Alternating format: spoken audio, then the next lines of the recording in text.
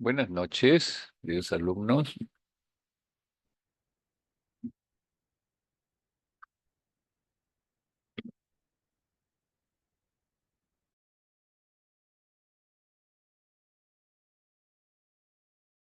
Buenas noches, doctor. Buenas noches, ¿me escuchan? Buenas noches, doctor.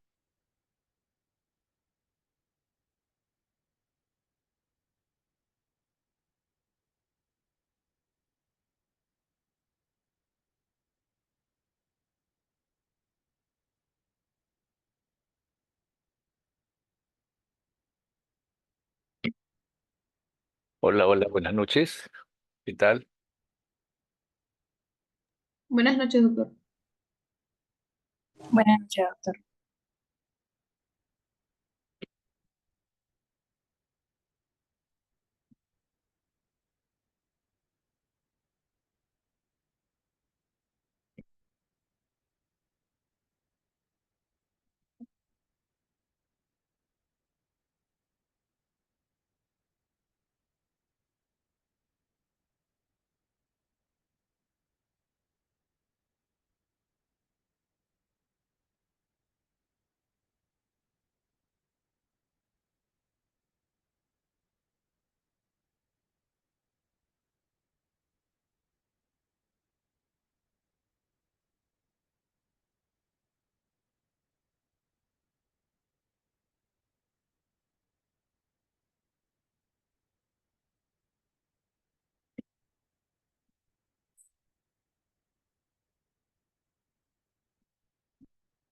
Buenas noches, ¿me escuchan?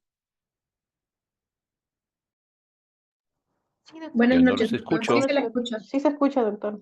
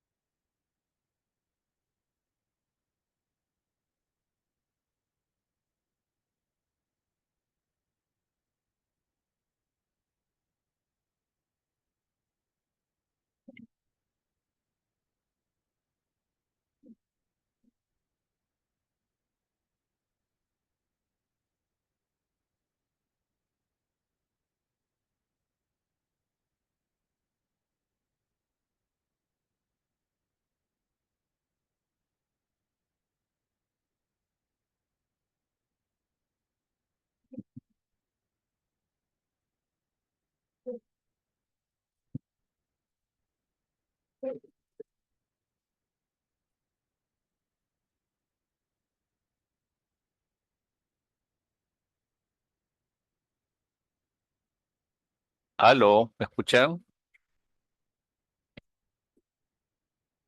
Doctor, buenas noches. Sí se le escucha. Recién te escucho, recién te escucho.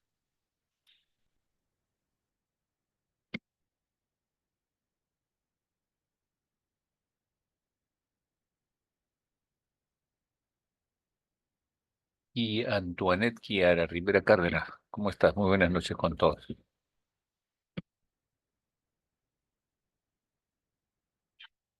Hay un grupo que todavía no termina su práctica, pues, con Hermenegildos, ¿no?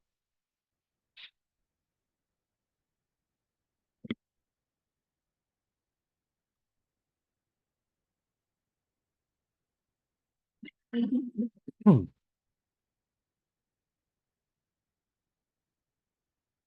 Damos unos 5 minutos más para empezar, ¿eh?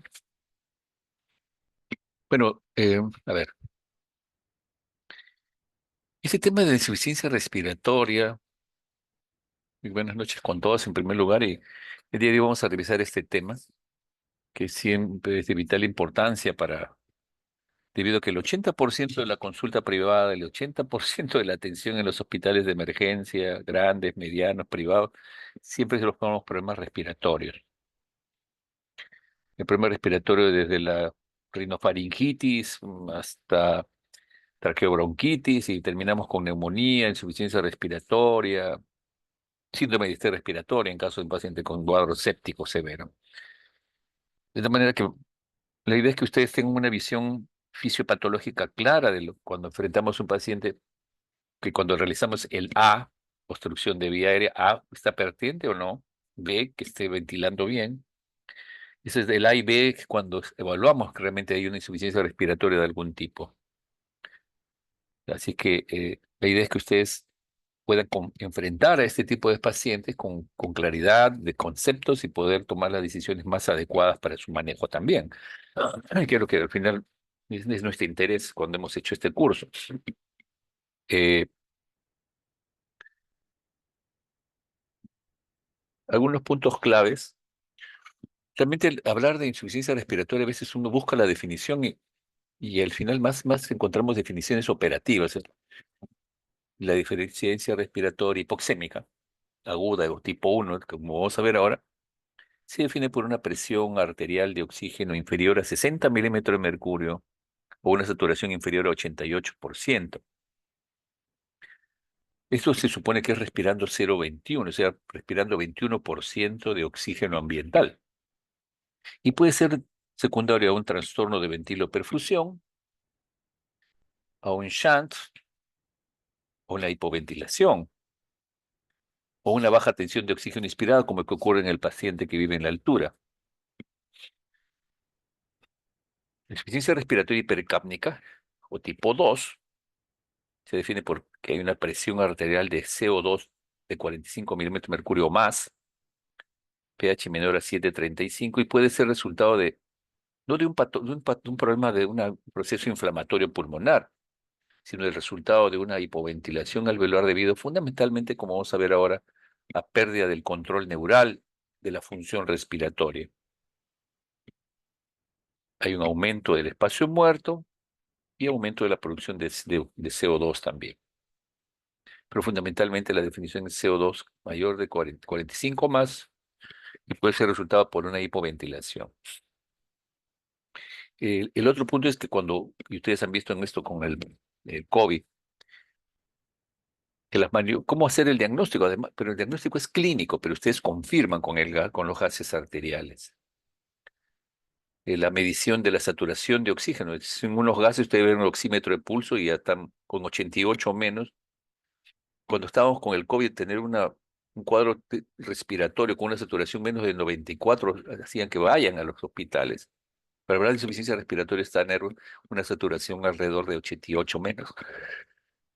Y la gasometría arterial va a permitir diferenciar el tipo y orientar a los pasos a seguir, ¿no? El tratamiento debe estar dependiendo de si es una insuficiencia respiratoria tipo 1, 2 o mixta, a la alteración primaria de esto, mantener una oxigenación tisular adecuada, un pH normal, con modalidades de soporte como cánula nasal de alto flujo, ventilación invasiva o ventilación mecánica, que son las formas ya más avanzadas de manejo de la insuficiencia respiratoria. Que es algunos conceptos fisiológicos, ¿no? Algunos conceptos fisiológicos. Y ahora sí, empezamos entonces. Y son importantes siempre recordarlos. Ustedes en este momento están respirando y están atentos a la charla y no se dan cuenta que su pulmón y su diafragma se contrae, sus músculos respiratorios se contraen para intercambio de oxígeno y eliminar el CO2. ¿Qué mecanismos son los que producen esto? Entonces es el sistema nervioso central, el córtex, el hipotálamo, el centro neumotáxico en la protuberancia, ¿no? A nivel del bulbo raquídeo tenemos un grupo respiratorio dorsal, ventral, sustancias, receptores quimiotácticos centrales, quimioreceptores, tanto del líquido cefalorraquídeo como de la sangre, que detectan el oxígeno, el CO2 y el pH, y envía una respuesta motora hacia la médula espinal y a los músculos respiratorios. Pero además de eso tenemos los cuerpos aórticos, carotídeos, el seno carotídeo, que también colabora con mecanismos eh, de recepción de información en el centro respiratorio para una respuesta adecuada. Y de igual manera, el que tengamos distensión pulmonar con una taquipnea de la insuficiencia respiratoria, con aumento de la frecuencia respiratoria, un aumento del trabajo de los músculos, los receptores pulmonares, las terminaciones en el intersticio, que son las terminaciones J, que son terminaciones nerviosas, que directamente van hacia el sistema del centro respiratorio, los receptores de distensión de los músculos propioceptores, o sustancias irritantes que pueden estimular, son sustancias que pueden generar un aumento en la respuesta, en este caso de la tos o de la disnea. Y todo esto hace que los músculos respiratorios trabajen para mantener una oxigenación y un CO2 normal, o sea, mecanismos oxigenatorios, mecanismos de intercambio de oxígeno y mecanismos de ventilación para mantener un CO2 adecuado. Como ven acá es el resumen de lo que hemos conversado mencione cuáles son los músculos más importantes en la inspiración. A ver. Aquí que... Ya. Entonces, ¿cuáles son los músculos más importantes en la inspiración? ¿Cuáles son los músculos más importantes en la expiración? ¿Por qué al producirse en la caja torácica una lesión ingresa aire al espacio pleural? Y durante la inspiración, expiración y con disney se modifica la caja torácica. Son preguntas que, desde el punto de vista fisiológico, son importantes que ustedes los puedan responder. A ver, un ratito, creo que aquí hay un pequeño inconveniente. Rick. Ah, a ver, a ver, a ver.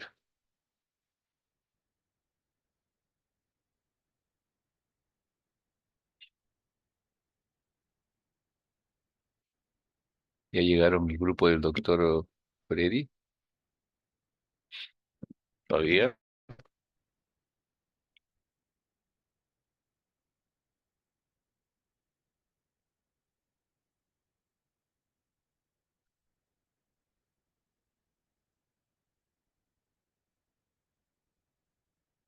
Ya.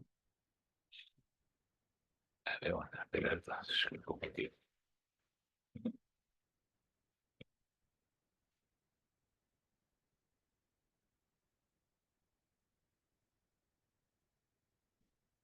A ver, a ver, a ver.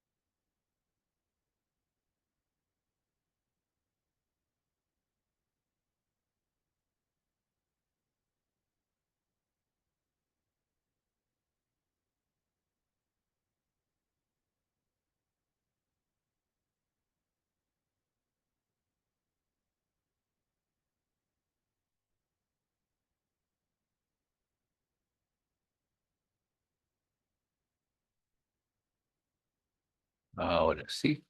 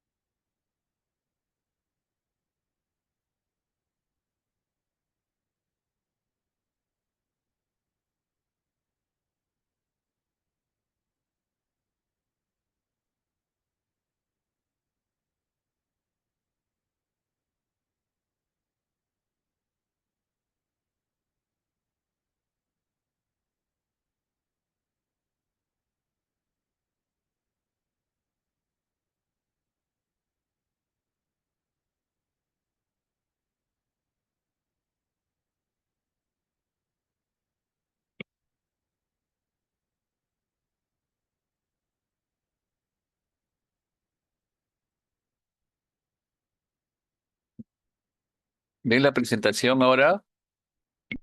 Sí, Sí se ve, doctor. perfecto. Entonces ahora sí continuamos. A ver.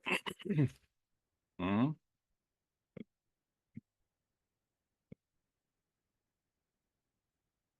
A ver. Piero Gambarini está por ahí. Piero Gambarini. Sí, doctor. ¿Cuáles Buenas son noches. los músculos más importantes para la inspiración, crees tú? Ya, bueno. El principal es el diafragma, pero también hay otros que lo acompañan, ¿no? Por ejemplo, ya en casos, por ejemplo, de inspiración, por ejemplo, ¿no? En un distrés respiratorio ya participan más músculos, ¿no? Por ejemplo, puede participar incluso el esternocleidomastoideo, los intercostales Muy externos, bien. ¿no? Ujú. Esos son músculos inspiratorios accesorios, pero muy bien. Accesorios. Ajá. Muy bien, perfecto. Muy bien. Piero Trinidad Meléndez. No ha venido, Piero. Doctor, buenas noches. Piero Trinidad. ¿Cuáles son los músculos más importantes en la expiración? Ah, bueno, serían también, bueno, los músculos intercostales, por ejemplo, o también sería el diafragma, ¿no? El principal. Pero lo que pasa es que los músculos más importantes para la expiración, lo que tenemos que tener claro es que la expiración es un fenómeno pasivo. Si el diafragma es el músculo más importante para la inspiración normal, para la expiración es la relajación del diafragma nada más. ¿Ok? La otra pregunta que está, ya han visto parcialmente la respuesta, ¿por qué al producirse una lesión en la caja torácica ingresa aire al espacio pleural? ¿Qué dice Sebastián Mori? Um, Porque si alguien te hace una lesión punzo penetrante, entra aire al espacio pleural, ¿no es cierto? por el cambio de presiones. ¿Cómo es eso? Explícamelo mejor, a ver. El que sé que es por el cambio de presiones, pero no supera cómo explicarlo. Ya, muy bien.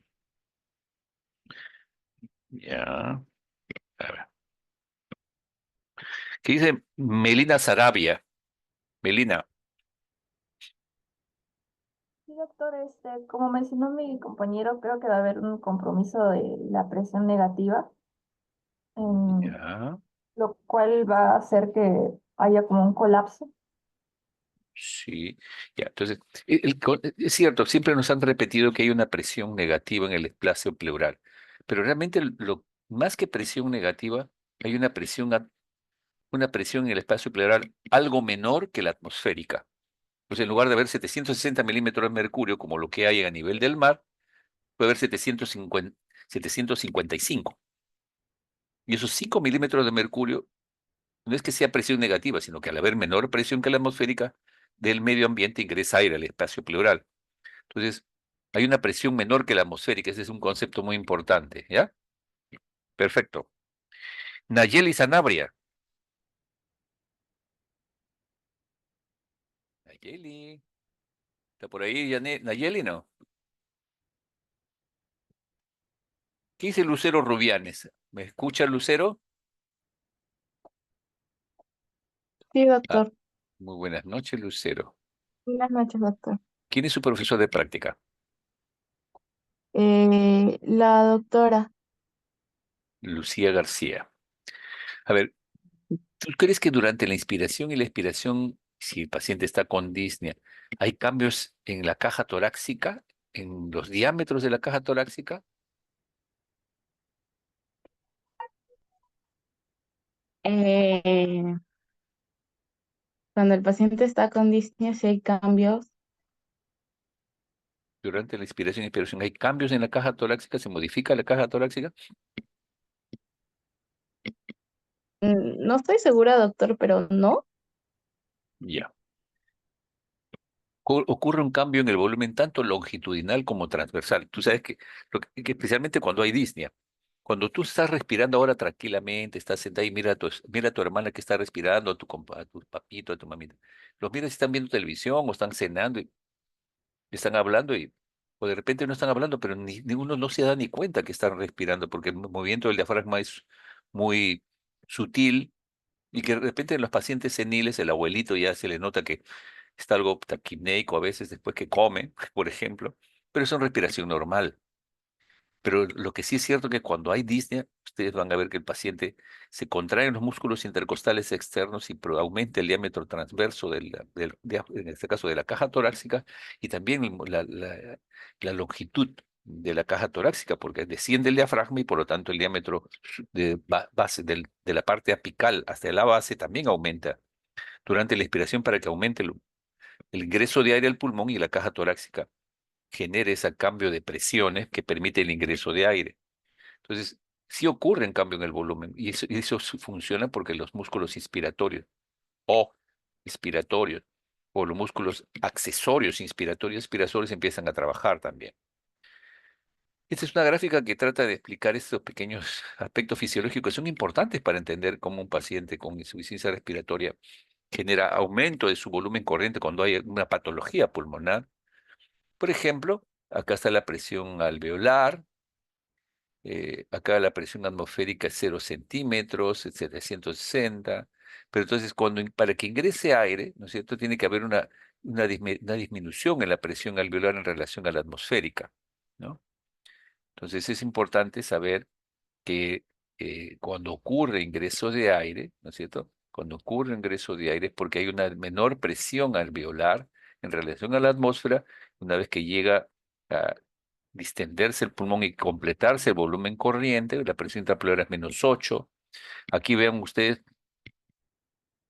acá el volumen, la presión alveolar llega a ser especialmente al final de la inspiración, y luego cuando va a ocurrir la expiración, ocurre un aumento en la presión alveolar mayor que la atmosférica y ocurre la expiración.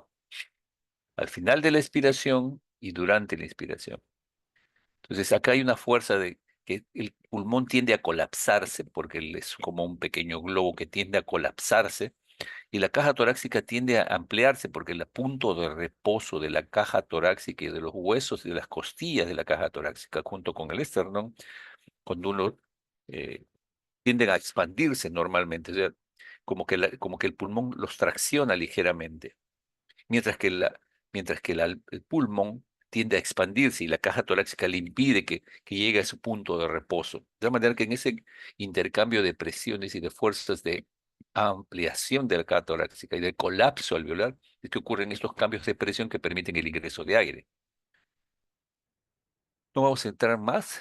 Vean ustedes acá, 760 es la presión atmosférica, 754, casi 6 milímetros de mercurio la diferencia de presión acá, porque son 8 centímetros de agua que son igual a 5,8 milímetros de mercurio. Y cuando hay equilibrio, cuando ya se llena el alveolo, la presión en el alveolo es igual a la atmosférica, y cuando ya ocurre la expiración, el diafragma se relaja, ocurre la expiración porque el alveolo empieza a eliminar aire a través de las vías aéreas y del espacio muerto, ¿no? Aquí disminuye la presión intrapelular, pero siempre es menor que la atmosférica, ¿no? 756. Entonces, nuevamente, un pulmón que la vía aérea, en este caso la tráquea, la faringe, la parte superior de la vía, la faringe, el bronquio derecho, bronquio izquierdo, y luego a nivel las unidades alveolares, la ramificación ocurre, la diferencia entre las unidades respiratorias, los bronquiolos respiratorios y el espacio muerto es que este tiene epitelio en donde puede haber intercambio de oxígeno, una membrana delgada, mientras que a nivel del bronquio fundamentalmente es un músculo liso, ¿no? Es importante que ustedes recuerden que esos bronquiolos llegan a ser menores de 2 milímetros, bronquiolos terminales, y posteriormente ya tienen ustedes porción distal del bronquiolo terminal, es el acino, que se compone de un bronquiolo respiratorio, ¿no? Además del bronquiolo respiratorio tienen ustedes los conductos alveolares, ¿no? Sacos alveolares, conductos alveolares, de tal manera que eso permite que en estas unidades ocurra el intercambio gaseoso. Ven ustedes los septos y los sacos alveolares, los bronquiolos terminales, el bronquiolo respiratorio, ¿no es cierto? Y acá los sacos alveolares donde va a haber el intercambio de oxígeno, ¿no? Los alveolos tienen una variable relación ventilo-perfusión, pero la sumatoria mantiene un PO2 y un PCO2 óptima. Es indudablemente que al pulmón le llega sangre del corazón derecho, de la arteria pulmonar, llega una cantidad de sangre a ambos pulmones. Y cuando el paciente respira, ingresa aire a los alveolos un volumen minuto que más o menos son, si es 500 mililitros cada respiración y respira 12 veces por minuto, más o menos son 6 litros. Mientras que tiene 5 litros de gasto cardíaco que llega a todas las unidades alveolares, tiene 6 litros de aire. Se trata de mantener una relación cerca a 1. En esta relación ventilo, que es 6 litros por minuto de aire, perfusión. Y la perfusión son 5 litros que mantiene el gasto cardíaco del corazón. ¿Todos los alveolos se perfunden igual? No, porque cuando uno esté de pie, mejor perfusión tienen las bases que los ápices. Se modifica cuando cambiamos de posición. Todos los alvéolos ventilan igual tampoco, porque definitivamente el aire tiende a distenderse las áreas apicales, mientras que el aire tiende a irse a las áreas apicales, la sangre tiende a irse a las bases. Pero las bases pulmonares, como vamos a ver más adelante, son mejor ventiladas y perfundidas porque hay mayor área de, además, ¿no? Los alvéolos más grandes están en los ápices. Tienen un menor intercambio de oxígeno porque llega menor cantidad de sangre. Y esto más o menos trata de representar esta pequeña gráfica, ¿no? Las unidades alveolares apicales, medias e inferiores tienen diferencia de relación ventilación-perfusión, pero lo que nos interesa es que al final la sangre que sale del pulmón, de las venas pulmonares y que va a llegar a la aurícula izquierda para entrar al ventrículo izquierdo y irse hacia la aorta, tiene una concentración de oxígeno estable por ese intercambio y equilibrio que hay entre estas diversas áreas en este caso del pulmón, donde hay intercambio de oxígeno. Y la generación desde la tráquea hasta el nivel alveolar aproximadamente ocurren unas 23 ramificaciones hasta que llegan los bronquiolos respiratorios y a nivel alveolar. Y vean ustedes cómo el espacio muerto, o sea, la tráquea y sus bronquios son 2.5 centímetros cuadrados, mientras que acá, ya cuando hay ramificación, llega a ser a 8.000 centímetros cuadrados. Y, y a nivel alveolar tenemos 140 metros cuadrados del punto de vista de área. Entonces, como nuevamente acá ven ustedes, hay cambios en los alvéolos apicales, medios, inferiores, y por consiguiente la relación ventilo-perfusión es variable en cada una de estas áreas, pero lo que nos interesa a nosotros es el resultado final. Este resultado final hace que el oxígeno del medio ambiente, que es 21%, que es 20.8, ingrese con una presión parcial de 159, porque viene 20% de 760 y 159. CO2 es casi ineligible, es 0,3 milímetros de mercurio. El gas más importante en nuestra respiración es el nitrógeno, que mantiene un 80%, ven ustedes, 78.597 milímetros de mercurio de nitrógeno. Y por eso el nitrógeno es importante para mantener los alvéolos abiertos. Y como vamos a ver ahora, por eso es que la oxigenación con oxígeno al 100% puede barrer el nitrógeno y provocar colapso que se llama telectasia por reabsorción. Entonces, este es el aire inspirado, 21%, 159, CO2 0,3 milímetros, nitrógeno 597, y la presión de vapor de agua, que es la cantidad de agua que las fosas nasales, el sistema de aire acondicionado que tenemos nosotros en las narices, humidifica el aire y genera una presión, vean ustedes, esta presión de vapor de agua es del medio ambiente, 760 milímetros de mercurio. Cuando ingresa a nivel del aparato respiratorio, ese aire traqueal que es humidificado, que son 47 milímetros de mercurio de agua, en este caso, bien la presión de vapor de agua, al final tenemos 713 milímetros de mercurio de oxígeno. Y el PO2, en este caso, 713 milímetros de mercurio de presión atmosférica a nivel alveolar, presión de oxígeno 149, un CO2 de 0,3, nitrógeno es 563 y la presión de vapor de agua es 47, que suman también 760, pero como pueden ver ustedes, ya la presión de oxígeno cayó de 159 a 149. A nivel alveolar, cuando ese oxígeno llega a nivel alveolar, la presión alveolar de oxígeno es 104, ven ustedes, cayó, el CO2 es 40, generó un incremento porque hay un eh, eh, salida del nivel capilar hacia el alveolo del CO2 llega a 40 milímetros de mercurio, el nitrógeno 569 y la presión de vapor de agua 47. Entonces, cuando llega la sangre en este caso, de las arterias pulmonares, de los capilares pulmonares, a nivel de las unidades alveolares, para ver el intercambio, ven ustedes cómo esta presión de oxígeno de 40 milímetros de mercurio que tiene la sangre venosa, la presión de CO2 que es 46 milímetros de mercurio, pH 736 saturando 75 y con el nitrógeno de 769, el siguiente paso es que cuando hay intercambio a nivel alveolar, vamos a tener una sangre arterial, una presión de arterial de oxígeno de 95, o sea, subió de 40, que tiene la sangre venosa, a 95 milímetros de mercurio.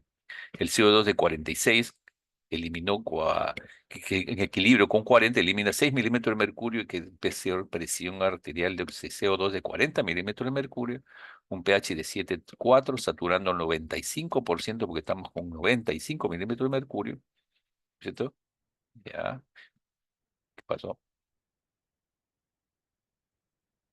Ya, ya, baja, pero no sé por qué cada rato se me quiere ir. Por consiguiente, vean ustedes cómo va a haber algo así como una pequeña escalera de la concentración de oxígeno de 159 o 160 milímetros de mercurio a nivel del aire expirado, baja a 150 en el aire traqueal humidificado, y la sangre a nivel alveolar baja a 100 milímetros, 104 milímetros de mercurio, el CO2 se incrementa porque se está excretando permanentemente. Vean ustedes cómo la sangre venosa, cómo los tejidos la sangre arterial llega a los tejidos a nivel capilar y de 95 casi extrae cerca de más o menos 50 y tantos, 55 milímetros de mercurio, ¿no es cierto?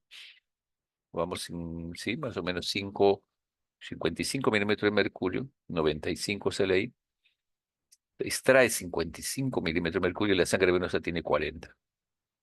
Entonces hay una gradiente de oxígeno del medio ambiente traqueal y alveolar para mantener un PO2 adecuado. Cuando alguna de estas fases estamos en la altura, 4.000, 5.000 metros, Huancayo, 3.200 o Cerro de Pasco, 5.000, la presión atmosférica va a ser menor y por lo tanto puede haber hipoxemia. Y en las personas que están adaptadas, la hipoxemia, se adaptan a ella y no dan hipoxia, que es la falta de oxígeno tisular, porque se adaptan. La hipoxia va a venir, ¿cierto?, cuando haya síntomas de falta de oxígeno a nivel tisular. Indudablemente que esta es una mezcla de gases, que es importante. La presión total va a ser la presión de oxígeno, de CO2, de nitrógeno, ¿cierto? Y otros gases. Otro concepto importante es que es a nivel alveolar donde ocurre el intercambio, que no tiene las mismas concentraciones de la atmósfera, ya estamos viendo eso. Y el alveolar es sustituido en forma parcial, claro que sí. El oxígeno se absorbe constantemente. Cuando uno respira, el intercambio de oxígeno no ocurre ni en la expiración ni en la expiración, ocurre permanentemente. Hay hematosis continua. Por eso el volumen, ahora vamos a ver eso, el intercambio es permanente de oxígeno y de CO2. El oxígeno se absorbe constantemente y el CO2 se elimina constantemente. Lo que genera cuando uno respira es mantener en el volumen de reserva expiratorio y en el volumen residual una concentración adecuada de oxígeno y CO2 para que se mantenga el 40 de CO2 y el PO2 de 95 o más de milímetro de mercurio para que llegue a los tejidos adecuadamente. El aire seco es humidificado. Caramba. El aire seco es humidificado. Y otra vez, no sé por qué no.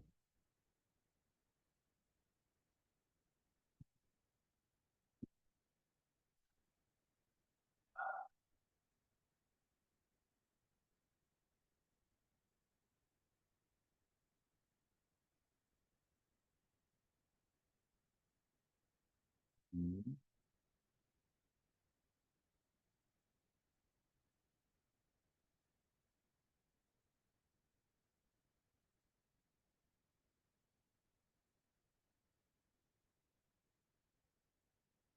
Ya.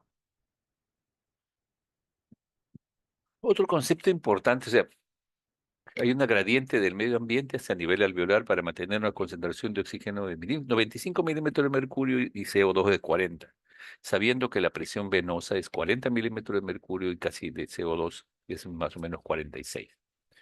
Pero ese oxígeno y CO2 permiten una respiración tanto externa como interna. La respiración externa es el volumen de aire que ventilamos permanentemente para que se mantenga esa concentración de CO2 y oxígeno, ventilación, la oxigenación arterial de la unidad alveolo capilar y el transporte de oxígeno que lo hace la sangre a través de la contracción ventricular y a través de mantener un gasto cardíaco adecuado. Pero el objetivo de ese oxígeno fundamentalmente es la respiración interna, es decir, la utilización del oxígeno por la célula. En otras palabras, todo lo que estamos viendo en lo que es el manejo del paciente crítico es que llega a adecuadas concentraciones de oxígeno de diversos órganos, cerebro, corazón, pulmón. Cada uno de nuestros órganos llega a la cantidad de oxígeno adecuado para mantener un metabolismo adecuado. Realmente el manejo del paciente crítico es mantener un aporte de oxígeno adecuado a los requerimientos de cada uno de los órganos. Cada uno va a tener un metabolismo diferente, pero esos 95 milímetros de mercurio, ese 40 de CO2, más los nutrientes que lleva ese plasma, van a llegar, la idea es que lleguen con concentraciones adecuadas, con un gasto cardíaco adecuado, para que llegue una utilización de oxígeno adecuada. Sabiendo también que tenemos el 30-40% de nuestra población, más de 3.000 metros cuadrados, tenemos que saber que en Huaraz hay 3.200, Huancayo, más o menos entre Puno y Huancayo, 3.800 es el más alto de esta zona, pero vean ustedes como Cazapalca, 4.190, Cerro de Pasco, 4.340, Morococha, 4.500, Ticlio, 4.810, ¿no? Entonces estas son zonas donde la presión parcial de oxígeno es mucho menor, por lo tanto la presión atmosférica es mucho menor de oxígeno y el paciente va a tener hipoxemia, PO2 en la sangre mucho más baja, pero si está adaptado no va a ser hipoxia. De igual manera, la presión de oxígeno a nivel del mar es 90, a los 1.000 metros va bajando, 72. Vean ustedes, a los 3.000 metros 53, o sea, Huancayo ya tiene PO2 de 53 normalmente. Estar a los 4.000 metros 42 milímetros de mercurio, 38 de presión arterial de oxígeno a los 5.000 metros, y ven ustedes que de tal manera que la presión de oxígeno cae significativamente conforme avanzamos a la altura. Ahora, si entrando de lleno ya a lo que es insuficiencia respiratoria, eh, van a encontrar una serie de definiciones, pero se define la insuficiencia respiratoria como la incapacidad del aparato respiratorio de proporcionar oxígeno y excretar el CO2 adecuadamente, manteniendo un PO2 menor de 60 o un PCO2 más de 50 milímetros de mercurio. Así lo definimos en general la insuficiencia respiratoria. El diagnóstico es clínico y la confirmación es gasométrica o con oximetría de pulso, pero desgraciadamente la oximetría de pulso no me permite ver el CO2, de tal manera que la confirmación es con unos gases arteriales. Lo único que me dice la oximetría es que hay hipoxemia, pero no nos dice cómo está el CO2. Y es muy importante saber, porque ya como vamos a desarrollar durante esta presentación, hipoxia implica insuficiencia respiratoria tipo 1, hipercapnia tipo 2, y cuando hay ambos, y mixta. A ver, los valores de presión arterial de oxígeno para diagnóstico son con 0,21 o con 100%. Bueno, indudablemente siempre es importante sacar una muestra de gases cuando llega el paciente con insuficiencia respiratoria con aire ambiental. Y si ya le tuvimos que poner oxígeno al 100%, eso me parece que implica de permitir un cálculo mejor si hay un shunt o hay un trastorno de ventiloperfusión. ¿Los valores de PO2 con personas por encima de 3.000 metros utilizan los mismos criterios? No. Probablemente ahí va a tener que, dependiendo de la altura, hay tablas fisiológicas que nos hablan cuánto es la presión arterial de oxígeno en Huancayo, cuánto es la presión arterial, de tal manera que podrá uno saber si tenemos esos valores bajos. Muchas veces tienen valores de PO2 bajos y cuando hace insuficiencia respiratoria, indudablemente la saturación cae mucho más que a nivel del mar. Los valores de oxígeno desde el medio ambiente que llegan con 150 milímetros, al llegar al alveolo es 100, y en la mitocondria llega a ser 10 milímetros de mercurio. ¿Es verdadero? Sí. La gradiente, miren ustedes qué interesante, ¿no? Mientras que en el medio ambiente 159, 160 milímetros de mercurio, 150, a nivel alveolar llega a 100, pero cuando ese 100 de presión arterial que se equilibra con el capilar pulmonar, esa hemoglobina se satura al 98, 97%, lleva oxígeno, y cuando llega a nivel celular, la concentración de oxígeno en el mitocondrial es de 10 milímetros de mercurio. O sea, seres vivos somos una perfección desde el punto de vista del control metabólico, genera una gradiente tan importante que va a tener que bajar o deteriorarse mucho la oxigenación, si es que no está adaptado al paciente, para que sufra la mitocondria, ¿no? Entonces, ese es un concepto muy importante, ¿no? ¿Cuántos son los tipos de insuficiencia respiratoria? Tipo 1, y era tipo 1. ¿Y cuáles son los mecanismos fisiopatológicos? Lo vamos a hacer ahora. Tipo 2, mixta. Y hay algunos que también hablan de insuficiencia respiratoria tipo 3 y 4. Entonces, esta es insuficiencia respiratoria hipoxémica o tipo 1, hipercápnica o tipo 2, mixta, porque hay hipoxemia e hipercapnia, y hay otro tipo 3 y 4 que también lo vamos a desarrollar. ¿Por qué le llamamos tipo 1 oxigenatoria o ventilatoria? Porque normalmente hay un PO2 menor hay hipoxemia fundamentalmente, ¿no? Hipoxemia leve, moderada, severa, no, esto a veces va a depender de la altura, perdón, va a depender del cuadro clínico, ¿no? Entonces, los valores de PO2 es importante saberlos. Se están dando ya en kilopascales en algunos casos y definitivamente 0.133 es el número por el cual hay que dividir los kilopascales para saber cuántos milímetros de mercurio, ¿no? Por ejemplo, acá si están ser ese 0.33 kilopascales a 10.7. Eso dividido entre 0.33 me sale que es más o menos de 100 a 80 milímetros de mercurio. 10.7 de hipoxemia entre 0.133 sale que es 80 milímetros de mercurio. Leve, 60, 79, moderadas, 40, 59 y severa, menos de 40. Muy bien. Es importante saber también que con la edad, la presión arterial de oxígeno es que yo puedo tener 95 milímetros de mercurio. Después de los 60 años puede caer 1 milímetro de mercurio por cada año. Quiere decir que si tengo 90 o 95 milímetros de mercurio, a los 60 años, 90, yo puedo llegar a tener a los 90 años, 90 por cada año 1 milímetro, a los 90 años 30 milímetros menos. Por lo tanto, va a estar en el rango de insuficiencia casi respiratoria el anciano, de 90 años, ¿no? Pero es fisiológico para él. Los gases arteriales son importantes. Ahora ya se toman con una jeringa que no necesita heparina, sino ya viene con un anticoagulante incluido. Pero hay que tener en cuenta que cuando uno no tiene la jeringa y utiliza heparina para tomar una muestra, es un mucopolisacárido ácido sulfatado que puede acidificar el PO2, los gases arteriales. Y que tiene que transportarse con hielo. Es un error transportar sin hielo porque los leucocitos consumen oxígeno y baja el PO2 y el pH y aumenta el CO2. Y peor si tenemos leucemia o trombocitosis, estas son, especialmente la leucemia, disminuye la concentración de oxígeno y puede dar una hipoxemia facticia, ¿no? Es muy importante tener esto. Entonces, veamos en insuficiencia respiratoria oxigenatoria. Es muy importante cuando uno habla de tipo 1 u oxigenatoria, tener el concepto claro. La insuficiencia respiratoria tipo 1 hipoxémica es porque se enferma el pulmón de alguna forma. En este caso, una neumonía, un infarto pulmonar.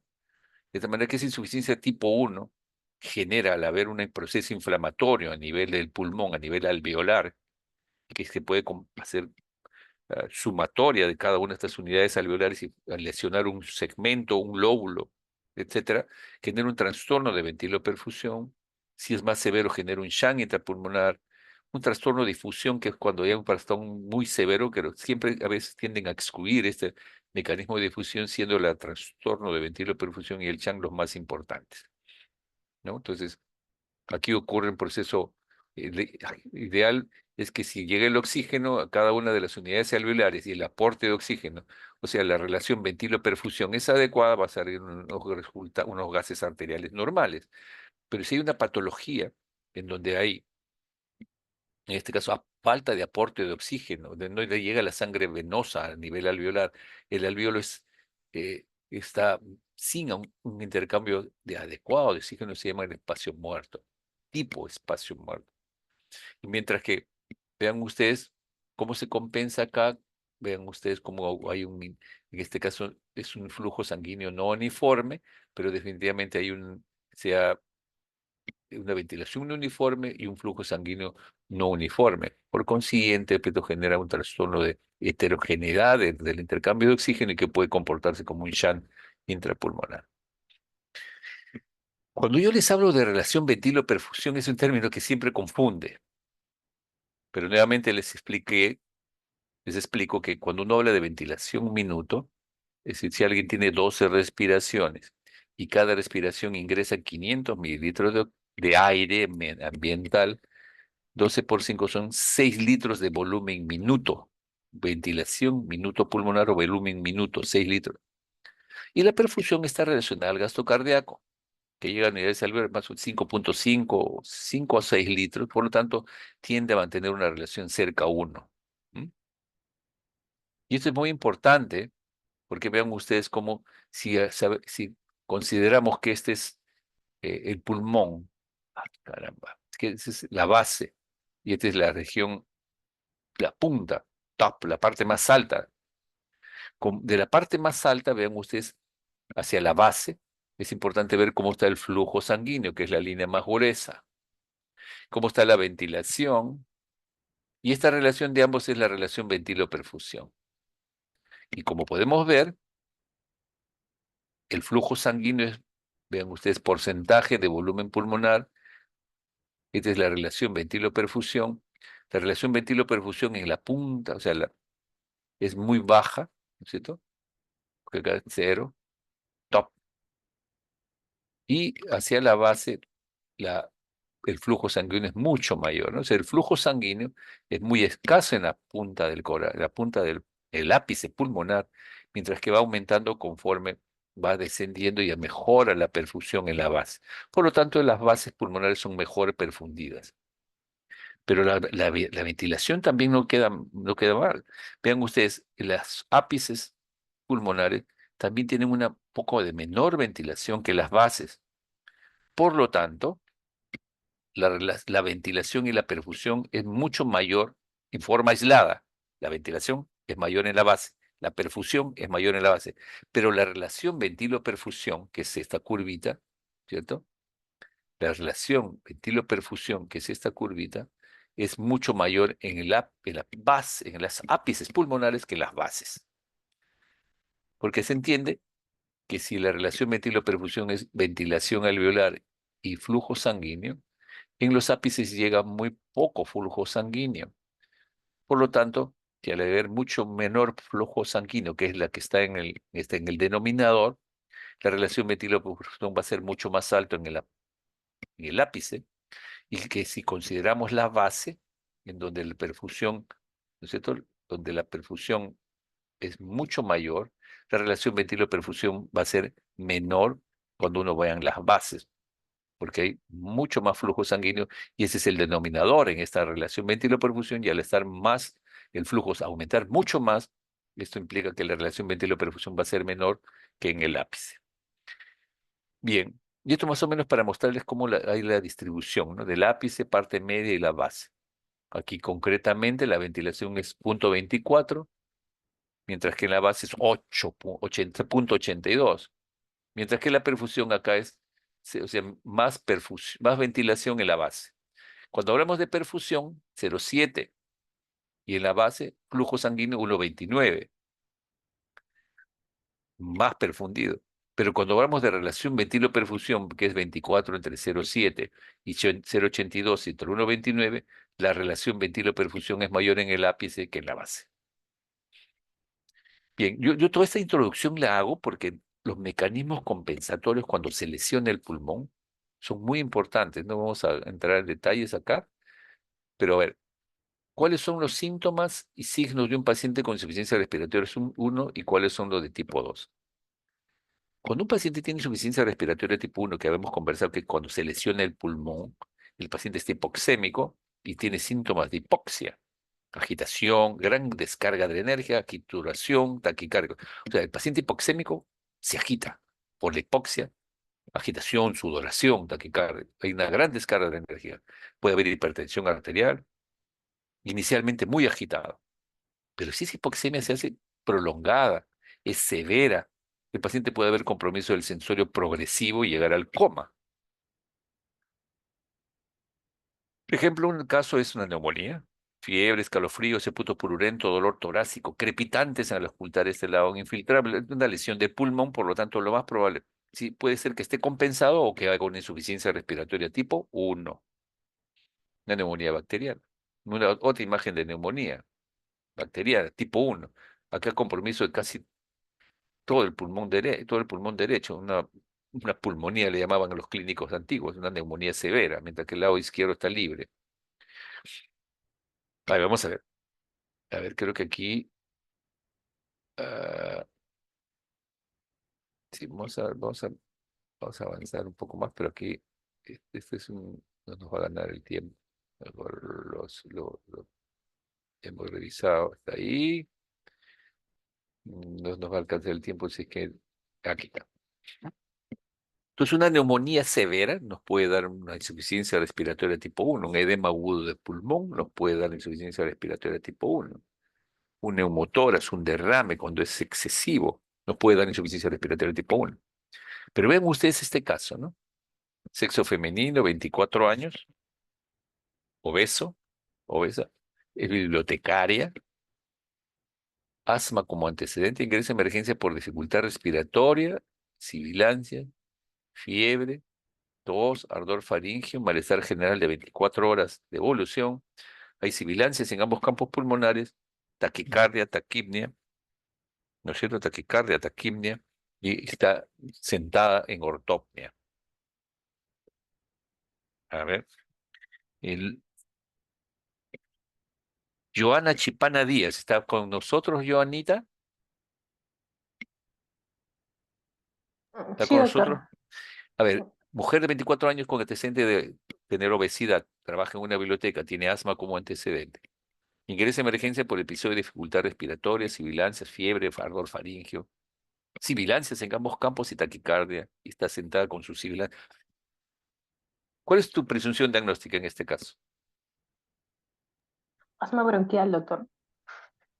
Una crisis asmática se llama. No es un asma bronquial, pero se llama crisis asmática, ¿no es cierto? Es un asma bronquial y en donde tú vas a pedir unos gases arteriales, un hemograma, una radiografía de tórax para ver cómo está ese pulmoncito, si hay esputo amarillento, purulento, un gran en el esputo, le aprieta la historia clínica y respirando medio ambiente tiene PO2 de 55 milímetros de mercurio, un CO2 de 32 milímetros, está saturando 84% y un pH de 7,48 por una alcalosis respiratoria. ¿Qué tipo de insuficiencia respiratoria crees que está haciendo este asmático, mi querida Joana Chipana? Sí, hemos hablado que la presión arterial de oxígeno menor de 60 milímetros de mercurio es tipo 1, ¿es de insuficiencia respiratoria tipo 1, 2 o mixta? Tipo 1, doctor.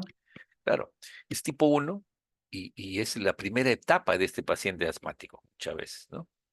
Y como vamos a ver más adelante, vean ustedes, el tipo 1, el broncoespasmo hace que retenga aire, los hemidiafragmas están descendidos porque hay atrapamiento de aire, porque en el asma se cierran los bronquios y el problema es más que inspiratorio, es expiratorio. El paciente toma aire, pero no puede eliminar todo el volumen corriente que ingresa. Y por eso hay que romper el broncoespasmo. Mira este corazón leptosómico, ¿no? Pero si no corrijo eso rápidamente con sus nebulizaciones, hidratándolo adecuadamente, corrigiendo el proceso inflamatorio con broncodilatadores, nebulización continua, corticoides, muchas veces, como has podido apreciar ahí, dice, en la historia nos dice que tiene además fiebre, ardor faríngeo. Es muy frecuente que los procesos virales descompensen al asma. Es muy probable que tenga un proceso viral que lo está descompensando, pero la radiografía nos hablará si acá no hay evidencia de una neumonía, por lo tanto es muy probable que tenga un asma descompensada por un proceso viral. Si ese broncoespasmo no lo corregimos, empecé a respirar 30, 32 respiraciones por minuto por 6, 8, 12 horas, se corrige parcialmente en forma transitoria y vuelve a hacer broncoespasmo estando ya en emergencia porque tiene que hospitalizarse este paciente, puede empezar a retener CO2. Por consiguiente, se hace mixta. Siendo tipo 1, se hace mixta. De igual manera, estas son radiografías de edema pulmonar.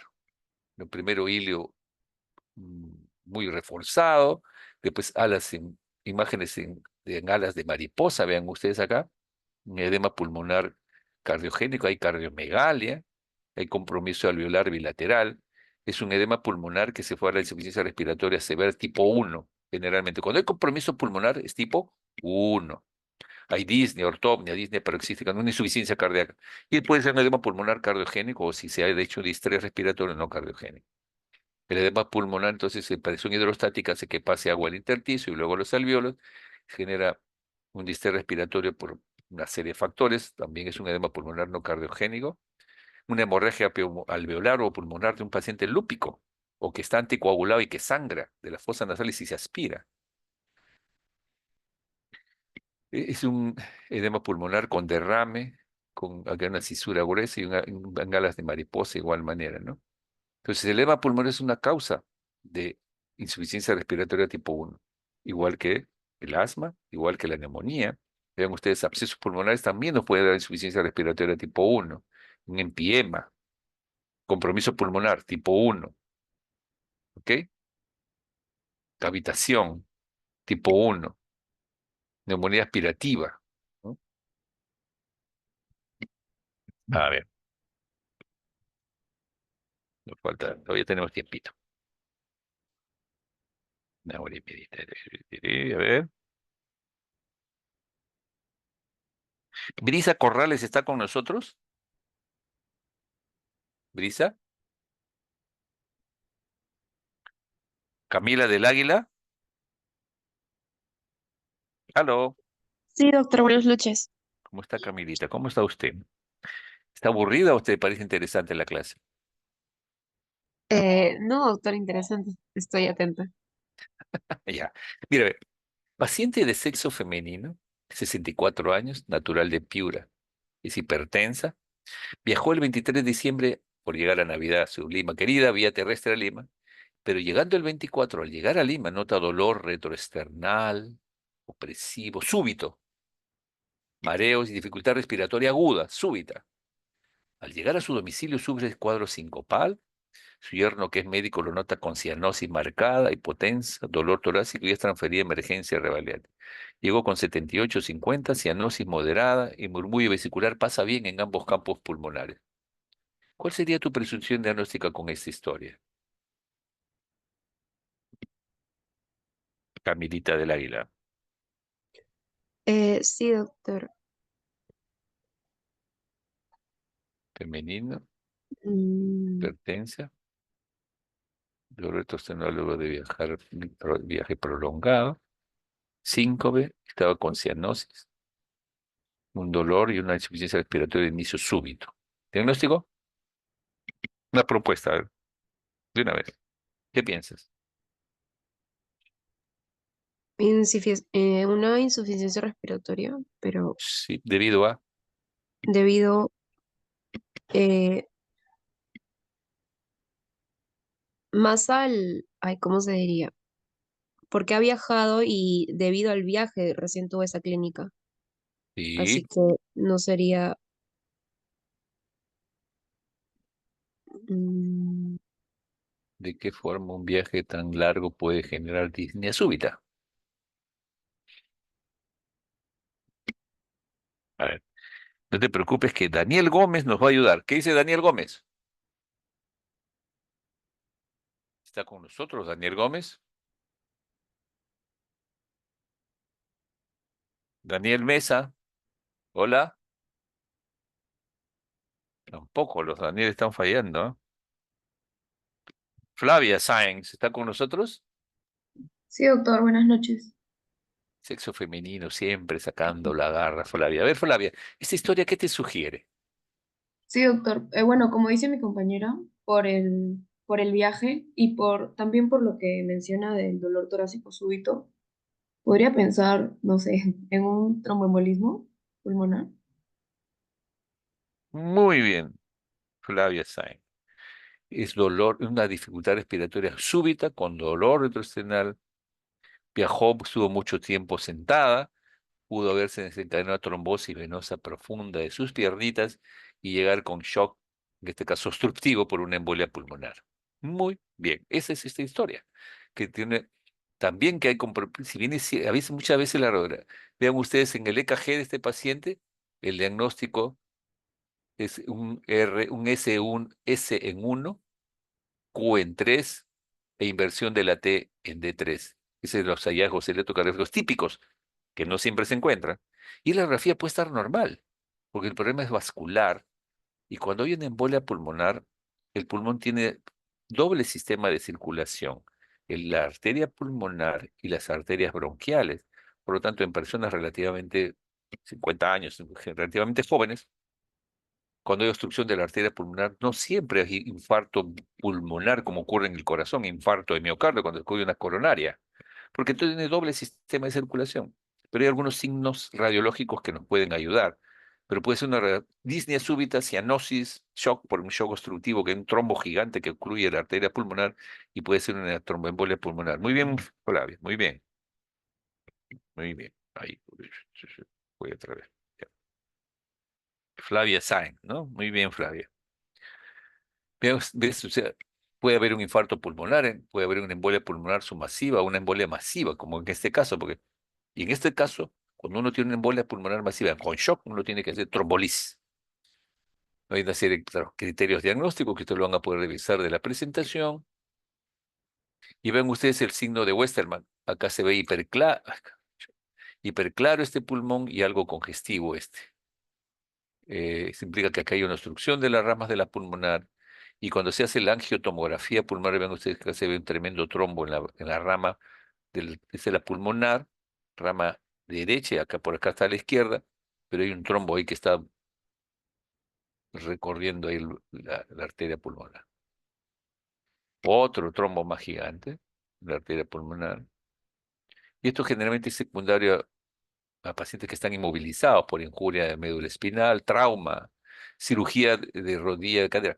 Los pacientes que esperan una cirugía les ponen profilaxia, precisamente cuando tienen fractura y están inmovilizados, se usa profilaxia con anticoagulación hasta un día antes de la cirugía. Y si se hace la cirugía inmediatamente, menos riesgo de problemas, ¿no? Parece que tienes un ACV, también la cirugía urológica o ginecológica pueden ser factores que predisponen a la tromboembolismo venoso. Y se puede terminar colocando hasta un sistema, un filtro, así se llama, filtro. Entonces, en resumen, cuando tenemos nosotros compromiso pulmonar, neumonía de derrame, atelectasia, edema pulmonar, embolia pulmonar, nos tenemos insuficiencia respiratoria tipo 1. Y la oximetría es la que me ayuda. La oximetría, tengo que tener en cuenta que la pintura de uñas, tengo que pintarle la pintura de uñas para que me ayude a que no haya en exceso de luz ambiental, que hay artefactos del ventilador, el ventilador mecánico se refiere, artefactos del monitor, pero usualmente ya los oxímetros más modernos evitan eso, que eso sea una interferencia, ¿no? Y cuando nosotros tenemos la recomendación de la oxigenoterapia, cuando la saturación capilar pulmonar es 100, 99, no iniciamos oxígeno inmediatamente. Tiene síntomas, pero se mantiene con una frecuencia respiratoria más o menos aceptable. Pero ya cuando si es más de 96, no instauramos oxígeno. Pero si es entre 90 y 92, ya podemos colocar oxígeno, ¿no? Nosotros no sugerimos no iniciar oxígeno a los pacientes con enfermedad coronaria, sino ser que hay hipoxemia, ¿no? Siempre y cuando no existan signos de trabajo respiratorio importante. Ahora, muy bien. Tipo 1, por lo tanto, hipoxemia. ¿Cómo doy la oxigenoterapia? Por sistemas de bajo flujo o alto flujo. Bajo flujo es cándula binasal, máscara, máscara de oxígeno, máscara de oxígeno con reservorio. Son sistemas de bajo flujo. Y el de alto flujo es la máscara de oxígeno con sistema Venturi. Con la cánula binasal, que es esta, ¿no es cierto? Usualmente con un litro le damos 0,24, con 2 0,28, con 3 0,32. O sea, más o menos 0,24 con un litro, ya 28, 32, 36, 40. No más de 5 o 6 litros, 0,40 de FiO2. Cuando coloco una máscara simple, ¿no? 5 a 8 litros más o menos son 60, no da más de 60. Y la máscara con reservorio de no reinhalación puede llegar hasta 90%. La cánula binasal tiene que estar conectada a un sistema de humidificación. La humidificación es importante porque del oxígeno seco, no humidificado, inflama las vías respiratorias. y que uno tiene que saber colocar esas pequeñas cánulas que ingresan a cada una de las fosas nasales alrededor de la oreja y fijarla en el cuello, con 1 litro 24, 28, 32, 36, 40 con 5 litros. Si un paciente con insuficiencia respiratoria desatura y con cánula binasal corrige su saturación, disminuye su trabajo respiratorio, o sea, clínicamente usted ve que mejora su oxigenación, estaba saturando 88, ahora está en 94, 93, y su frecuencia respiratoria ha disminuido, está menos sudoroso, menos taquicárdico, menos hipertenso. Dicen hay una buena respuesta a oxígeno. Probablemente la fisiopatología de esa insuficiencia respiratoria sea un trastorno de ventiloperfusión porque no ha hecho hipoxemia refractaria. Porque no ha hecho hipoxemia refractaria. Cuando un paciente llega con insuficiencia respiratoria y lo pongo 5 litros y la saturación no mejora después de media hora, 15, 20 minutos, está con una hipoxemia refractaria y le coloco una máscara reservoria. Hipoxemia refractaria cuando no responde a concentraciones bajas de oxígeno, cánula binasal 0,40. Esta máscara reservorio, eso tiene que estar conectado a una fuente de oxígeno, llenar la bolsa y colocar la máscara. Esa máscara debe tener 3 válvulas, 2 laterales y una que conectada a la bolsa, de tal manera que el oxígeno al 100% viene por acá y cuando el paciente inspira, se cierran estas 2 válvulas, se abre esta válvula y toma oxígeno al 100%.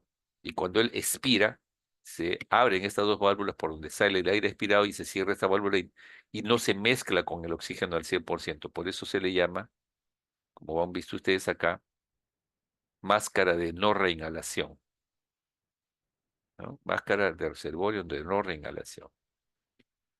Tiene que haber esas 3 válvulas y usualmente esa máscara de no reinhalación son las que mejor concentración de oxígeno dan. Tiene que estar humidificado, pues 10 a 15 litros está en 90%. Entonces, la fuente de oxígeno, el flujo menos 15 litros para el 100%. Entonces, el paciente inspira casi 90, 100% con 15 litros por breve tiempo. Paciente con gran polínea, con volúmenes minutos altos, nunca usarlo en pacientes retenedores crónicos de CO2. Deben funcionar las 3 válvulas y tenemos que pensar que alguien que le coloco máscara reservorio potencialmente necesita ventilación mecánica, entonces tengo que derivarlo a un centro que disponga de ventiladores. Porque la lesión en el pulmón de esta insuficiencia respiratoria tipo 1, que le estoy dando oxigenoterapia, si no responde a cánula binasal, va a necesitar máscara reservorio 15 litros y probablemente necesita ventilador y lo tendré que derivar. La máscara reservorio es esta entonces, ¿no? Ya otra vez, vamos a ver en la gráfica. ¿Es cierto? Máscara reservorio, no reinhalación, que ya la acabamos de ver. En resumen, si un paciente con PO2 de 60, 0,21, le pongo cánula binasal hasta 6 litros y la PO2 llega a 70 milímetros de mercurio, satura 89, 90 y mejora clínica. Si hay mejora clínica, observar. Ustedes observan, o sea, no hay hipoxemia refractaria. Pero si no hay mejoría, pasamos a máscara reservorio 15 litros y tenemos que hacer referencia a un centro que disponga de ventilación mecánica por hipoxemia refractaria, ¿no? El único caso que uno podría darse el lujo de no referirlo a un centro de si asumimos que puede tener un edema pulmonar con mucha claridad, le ponemos furosemida, oxígeno, morfina, semisentado, manejamos la insuficiencia cardíaca y puede haber una mejor evolución. Pero en general, máscara reservorio implica derivarlo a un centro que tenga ventilación mecánica. En la pandemia hemos aprendido a valorar mucho este sistema de oxigenoterapia. Hemos visto cánula binasal, máscara reservorio. Esta cánula de alto flujo, ven ustedes que es mucho más ancha, que se ha conectado a un sistema que genera no solamente flujos altos de oxígeno, concentraciones de 100% de oxígeno, sino que también tiene un sistema de humidificación acá. La fuente de oxígeno ingresa, se humidifica, se calienta, 36, 35 grados, ingresa aire humidificado al 100% a las fosas nasales. Y este sistema ayuda mucho en el periodo de pandemia, actualmente también en los pacientes con insuficiencia respiratoria tipo 1, y que eh, genera una disminución ven ustedes que esta es la respiración normal, con oxígeno normal, pero cuando colocamos cánula nasal de alto flujo, nasal high flow, a 45 litros, por 500 milisegundos, ven ustedes cómo barre el CO, barre el aire que está en las fosas nasales, o sea, el espacio muerto, y eso implica que el paciente con cánula de alto flujo puede mejorar su oxigenación, porque el CO, porque generalmente humidifica aire calentado, disminuye, barre el CO2 del, de la parénquima, en este caso de los bronquios, de las áreas de espacio muerto. El flujo inspiratorio también aporta un flujo importante que disminuye el trabajo respiratorio, genera una ligera presión positiva y disminuye el atrapamiento, aumenta la fracción inspirada de oxígeno al disminuir la entrada de aire ambiental. Hay que cerrar la boca, por eso. Entonces, cuando uno usa cánula de alto flujo, uno puede decir, oye, ¿está funcionando bien? Entonces hablamos de lo que aquí en esta diapositiva les puse. El índice de ROC se define como la relación de cuánto tiene oximetría de pulso, o sea, de saturación, y cuánto está dándole fracción de oxígeno inspirado. En este caso, la relación saturación FiO2, la división entre las frecuencias respiratorias nos da un índice de ROX, que cuando es, como ven ustedes acá, ¿no?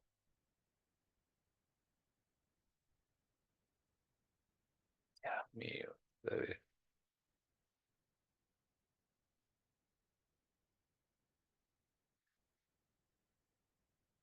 Cuando es menor de 4,38 a las 12 horas nos permite indicar alto riesgo de fracaso, que necesita ventilación probablemente. Y cuando está con, vean ustedes, interesante esta gráfica que encontré, cánula 15 litros, el CO2 traqueal disminuye, 30 disminuye más, y con 45 disminuye más el CO2.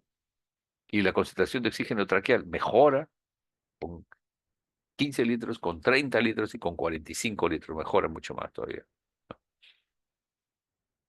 Y esto hace que definitivamente cuando el índice de ROX a las 2, 6 o 12 horas esté alrededor de 4,8 o menos, vean ustedes, eso puede ir al fracaso.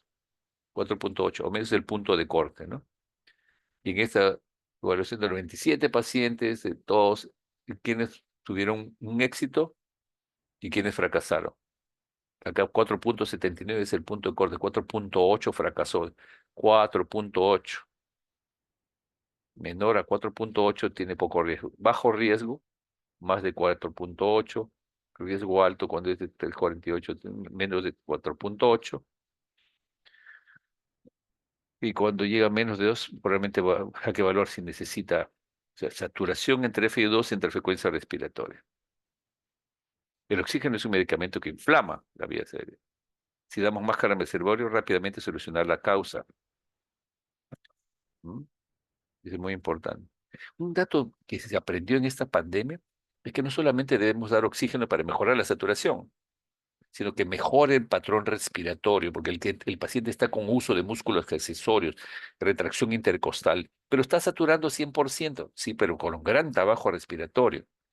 El doctor Takeshi Yoshida y una serie de investigadores, donde está incluido un peruano, han demostrado, el doctor Rolín Roldán, han demostrado que la respiración espontánea, aquí dice, el lado oscuro de la respiración espontánea, puede generar, cuando el paciente está respirando de forma espontánea y hace esfuerzos muy fuertes, vean ustedes cómo se produce edema pulmonar. O sea, cuando hay esfuerzos muy fuertes, edema pulmonar. Y vemos que cuando el paciente se le relaja, probablemente se lesiona menos el pulmón. En otras palabras, el propio esfuerzo respiratorio puede generar más lesión pulmonar, aparte de la neumonía, de la atelectasia, del derrame, del edema, de la embolia. Un gran esfuerzo respiratorio hace que ese esfuerzo respiratorio genere más lesión pulmonar. Y vean ustedes, fíjate, es el efecto péndulo, es decir, vean ustedes, en lugar de ingresar simultáneamente a ambos pulmones el aire, ven ustedes cómo ingresa más la base y después se va arriba y después la base se va arriba, o si no, de repente empieza arriba y se va hacia abajo. Y eso implica una mayor lesión o sobredistensión de determinadas partes del pulmón. Entonces, hay que diferenciar lo que es el trastorno de ventiloperfusión, donde es cierto hay una gradiente, pero mejora con concentraciones bajas de oxígeno, del shunt, que es cuando el paciente tiene una gradiente también alta, pero no mejora con la cánula binasal y necesita máscara de reservorio. ¿Cierto? Entonces, si bien es cierto, la insuficiencia respiratoria tipo 1 es hipoxemia, desde el saque, cuando responde a concentraciones bajas de oxígeno, o sea, con cánula binasal, es un trastorno de ventiloperfusión, pero cuando necesita máscara de reservorio es un fenómeno de ya de shunt. ¿Ok? Es muy importante eso. Y estos casos de ventiloperfusión, neumonía, edema pulmonar, hemorragia. Y acá el shunt, igual, lo mismo. Atelectasia, neumonía, edema pulmonar, pero además embolia masiva, oclusión de la vía aérea, shunt al cardíaco. Esto lo vamos a pasar para que ustedes lo revisen con calma. La gradiente alveolar arterial de A+10/4, ¿no? Es unos parámetros interesantes.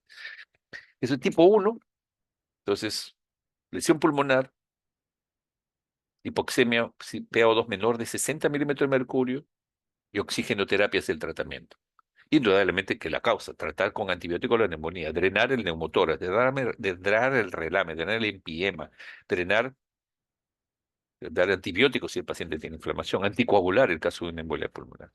En el caso de insuficiencia respiratoria tipo 2 es por hipoventilación, es decir, sabemos ahora que en la insuficiencia respiratoria tipo 2 fundamentalmente hay hipercapnia y eso donde el pulmón está normal, porque el paciente lo que tiene es una pérdida del control neural de la insuficiencia respiratoria, hay hipoxemia, porque aumenta el CO2 a nivel alveolar, desplaza el oxígeno y produce hipoxemia, pero no porque no el pulmón está enfermo, sino que al aumentar el CO2 desplaza y disminuye la presión de oxígeno a nivel alveolar, pero la gradiente es normal, así se calcula la gradiente, eso lo vamos a ver en la práctica. ¿Qué caracteriza la insuficiencia respiratoria tipo 1?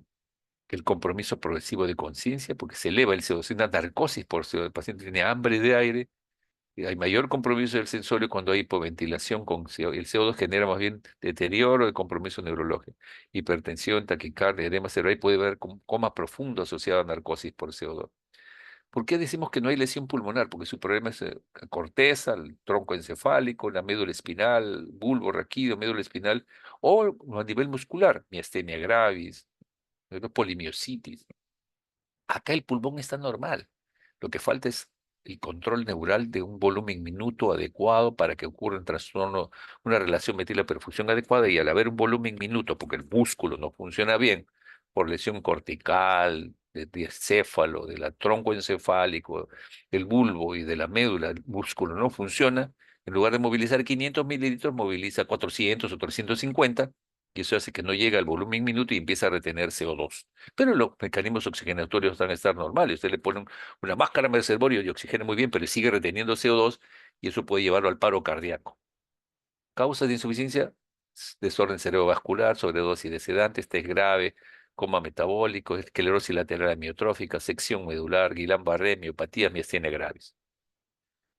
Vean ustedes, ¿no es cierto? Acá estamos viendo en donde aparentemente el paciente tiene una insuficiencia respiratoria tipo 2, el pulmón no está enfermo.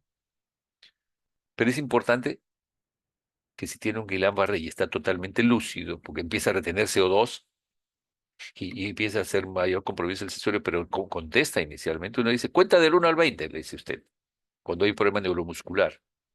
Si es un ACV es difícil, pero si tiene miastenia, si tiene miastenia gravis, tiene polimiositis, el paciente va a responder. Dice, del 1 al 20, rápido. Cuente usted del 1 al 20. 1, 2, 3, 4, 5, 6, 7, 8, 9, 10, 11, 12, 13, 14, 15, 16, 17, 18, 19, 20. Muy bien. Si ustedes le hacen contar de 1 al 20, y el paciente dice 1, 2, 3, 4, 5, 6, 8, 9, 10, tiene un 50% de capacidad vital y por lo tanto alto riesgo de que vaya a ser falla respiratoria tipo 2 y que necesita intubar. Pero si dice 1, 2, 3, 4, 5, 1, 2, 3, 4, 5, su capacidad vital probablemente necesita un tubo endotraqueal. O si no, agarran ustedes la prueba de la expiración, esa es la prueba del conteo. La prueba de expiración dice, ponen ustedes la mano a 1 metro y dicen, soplen fuerte, y se sienta a 1 metro.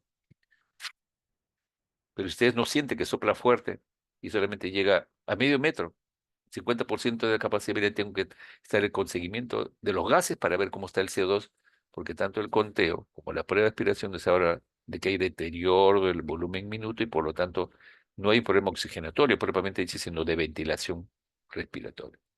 Y en estos casos, como no hay compromiso del sensorio, no hay fuerza para respirar, hay que ver extensión de la cabeza, elevación de la mandíbula, elevación del mentón para que pueda ventilar, porque puede haber debilidad de los músculos faringios, respiratorios, o del diafragma, y que lo llevan a necesitar una apertura apropiada en forma manual de la vía aérea. Y ahí estamos pensando más en intubarlo, en asistirlo con resucitador manual, intubarlo o colocarle un tubo de mayo y colocar un laringoscopio para colocar un tubo de endotraqueal, ¿no? En estos casos, entonces, tipo 2, el problema es de diafragma. No se les ocurre a un paciente con Guillain-Barré, con miastenia, que está reteniendo CO2, que no tiene lesión pulmonar, que la grafía está normal, y que tiene un problema de ACV, etcétera, ponele máscara de reservorio. Ustedes tienen que sacar gases arteriales para ver cómo está el CO2. El tipo 2 se confirma con gases para ver el CO2. Es muy importante. Y aquí, la mixta. Una insuficiencia respiratoria tipo 1, neumonía, es hipoxémica, ¿cierto? Pero si usted los tiene pues respirando 24, como sucedió en el COVID, 24, 48, 72 horas, esa hipoxemia de los músculos respiratorios se fatigan y por lo tanto empieza a retener CO2 y se hace mixta. O sea, la tipo 1 se puede hacer mixta, porque retiene CO2 al fatigarse. Y todo lo contrario, un tipo 2, un Guillain-Barré, una miastenia, un ACV, que es un problema de hipoventilación, y que como hay debilidad neuromuscular, el ACV ocluye la vía aérea y puede empezar a retener CO2, narcosis y hacer paro. Y ese paciente también se puede aspirar, o sea, si bien es cierto es un control neural lo que está fallando, se puede aspirar, puede hacer una neumonía, como no se moviliza puede hacer embolia pulmonar. Entonces, retiene CO2, pero se asocia una hipoxemia con una patología pulmonar, se hace mixta, o sea, no son excluyentes.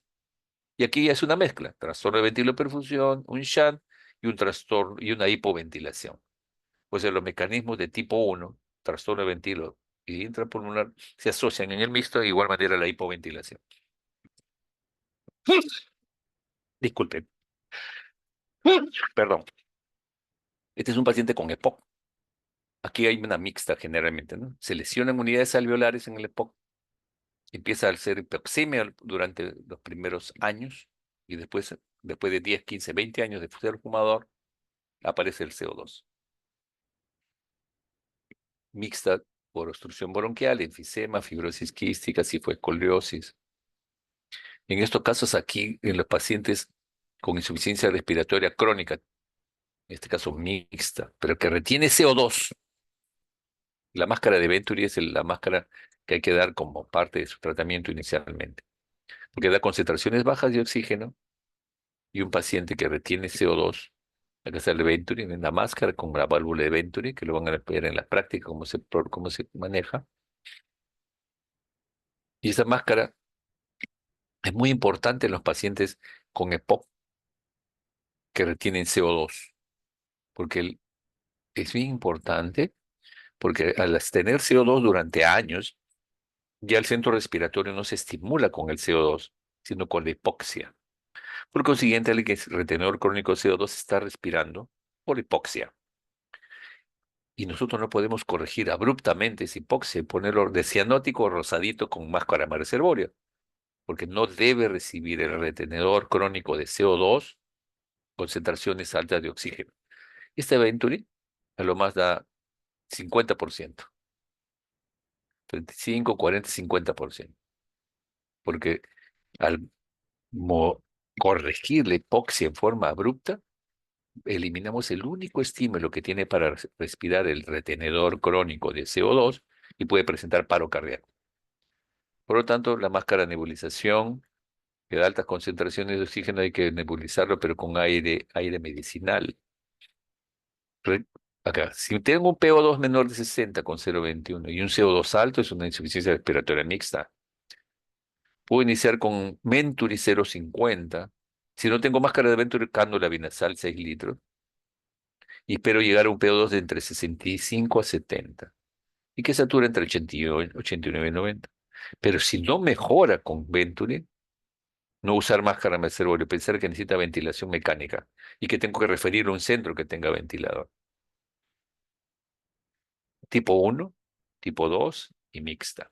La tipo 3 que también se habla en algunos textos, es la del perioperatorio. Son todos pacientes que vienen de sala de operaciones, pacientes ancianos, que el efecto de anestesia disminuye la capacidad vital en sala de operaciones, obesos, cirugía tóraco-abdominal con dolor, drogas anestésicas, trastornos electrolíticos, y por obesidad, la senilidad, volumen crítico de cierre, insuficiencia respiratoria perioperatoria. Son todos los pacientes que de sala de operaciones llegan a la UCI para prevenir, corregir el dolor, corregir los trastornos hidroelectrolíticos, viene de sala de operaciones y pasa a la UCI directamente. La anestesia produce relajación muscular, trastorno de disminución de la capacidad residual funcional y por consiguiente el- la capacidad ventilatoria se deteriora, ¿no? No vamos a entrar ahí en detalle. Cirugía cardíaca va a la UCI. Y por último, la insuficiencia respiratoria tipo 4. Un paciente, hemos dicho que la relación ventilo-perfusión es muy importante. 5 litros de gasto cardíaco y 6 litros de volumen minuto. Pero si ese paciente sangra y en lugar de tener 5 litros de gasto cardíaco, tiene 2 litros y medio, 3, hay un fenómeno de Shann, un aumento del espacio muerto y puede haber insuficiencia respiratoria hipoxémica en un paciente con shock. Acá el tratamiento es corregir el shock. La anemia, corregir el problema que generó ese shock.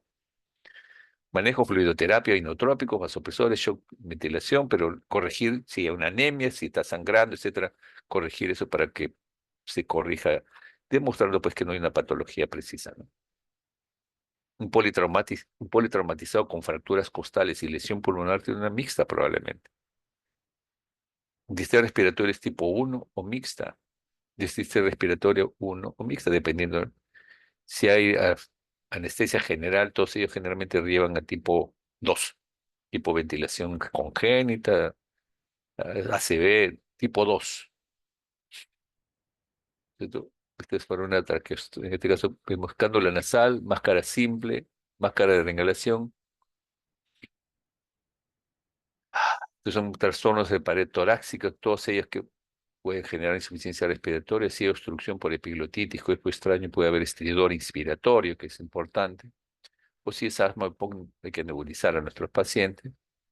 La insuficiencia respiratoria tipo 1 se hace mixta y la tipo 2 también mixta. Tipo 1 porque se fatiga y la musculatura empieza a hipoventilar. Y la tipo 2 porque se ha agregado una lesión pulmonar a una persona que tenía problema neuromuscular nada más. Vean ustedes cómo esa ventilación no invasiva, la cánula de alto flujo que ya le hemos comentado, y que la fisioterapia es tremendamente importante en los pacientes que están en ventilación mecánica. Ven ustedes cómo se ha avanzado la tecnología para que el paciente, estando en ventilador, conectado a un ventilador, siga haciendo fisioterapia, sentado, movilizando las piernas y los brazos para que se pueda recuperar más rápidamente. El movimiento genera menos inflamación. El diagnóstico de falla respiratoria, ABCD, que ya hemos conversado, hipoventilación, es importante. Los sistemas de máscara bajo flujo, cánula, máscara simple y máscara de reservorio. Mientras que alto flujo es fundamentalmente máscara de Venturi o el alto flujo también es la cánula pinasal de alto flujo. Entonces, re- obtenga un paciente cuando tiene ustedes insuficiencia respiratoria, un AGA con 0,21. No solamente la historia, sino ve cómo es la AGA, cómo está saturando y cómo está el CO2. Que el ABC, o sea, que la vía aérea esté permeable, que esté oxigenando y ventilando, que haya estabilidad hemodinámica, si no tengo que corregirlo también. Causas posibles, concentra el tratamiento en la causa subyacente. Acidosis respiratoria requiere soporte ventilatorio. No administra oxígeno más del 50% si es retenedor de CO2. Puede provocar apnea y paro respiratorio. No administra sedantes en un cuadro de acidosis respiratoria, a menos que esté en ventilador. No sobreventile a un paciente con acidosis respiratoria porque la rápida corrección puede conducir a alcalosis severa. No retirar el oxígeno a un paciente hipoxémico aún cuando esté desarrollando acidosis respiratoria. Bueno, como ya esta etapa ya pasó del COVID, pero definitivamente todos los conceptos que hemos mencionado, insuficiencia respiratoria tipo 1, hipoxémica por lesión pulmonar. Tipo 2, enfermedad del control neuromuscular. El pulmón está normal, tipo 2. La mixta es ambos, hipoxemia hipercápnica, y puede ser de 1 convertida en mixta o 2 convertida en mixta. Y la insuficiencia respiratoria mixta crónica. El retenedor crónico debe recibir como tratamiento inicialmente el Venturi. Si no mejora, probablemente ventilación mecánica. Mientras que la hipoxémica, cánula, máscara de reservorio o cánula de alto flujo. Y si no mejora, ventilador. Y por último, he visto una mezcla de tipo 3 y tipo 4, que es una perioperatoria y la otra asociada a ello. Espero que con esta presentación quede claro. Nuestro trabajo es siempre a la cabecera de nuestro paciente, analizando, examinando, poniendo el estetoscopio, tratando de buscar, como el Sherlock Holmes de la medicina, aquellos indicios que me permitan un mejor manejo y detectar la fisiopatología de los fenómenos que afectan a nuestro paciente. Muchas gracias. No sé si habrá alguna pregunta por parte de ustedes. ¿Aló? ¿Alguna pregunta? ¿Todo está claro? Están cansaditos seguramente. Todo claro, doctor. Gracias. Todo claro, doctor. Todo claro, no creo. ¿Eh? ¿Qué dice Andrea Angelita Reyes? ¿Está por acá? Sí, doctor. Sí, ¿Ah? todo claro, pero ya es cuestión de ponerlo en práctica, ¿no? De poder, los conocimientos, poder ya tenerlos con el tiempo más claro. Pero sí, por el momento sí, doctor, muy buena clase. Espero que disculpen ustedes la hora, pero era importante que lo escuchen porque ya nos hemos pasado unos 10 minutitos. Muy bien. Gracias por su paciencia, su atención. ¿Llegaron los alumnos del doctor Hermenegildo? Sí, ¿no? Sí, doctor, al parecer sí llegaron. Ya, de todas maneras, esto va a hacer llegar la presentación, ¿ok? Ya, Muy doctor, buenas muchas noches, gracias. descansen, Cuídese. ustedes Gracias, también. doctor. Un Hasta luego. abrazo. Descanse. Chao, chao. Gracias, doctor. Hasta luego. Hasta Gracias, luego, doctor, mis hasta queridos luego. alumnos. Muy Hasta buenas luego, doctor. noches. Gracias. Bye, bye.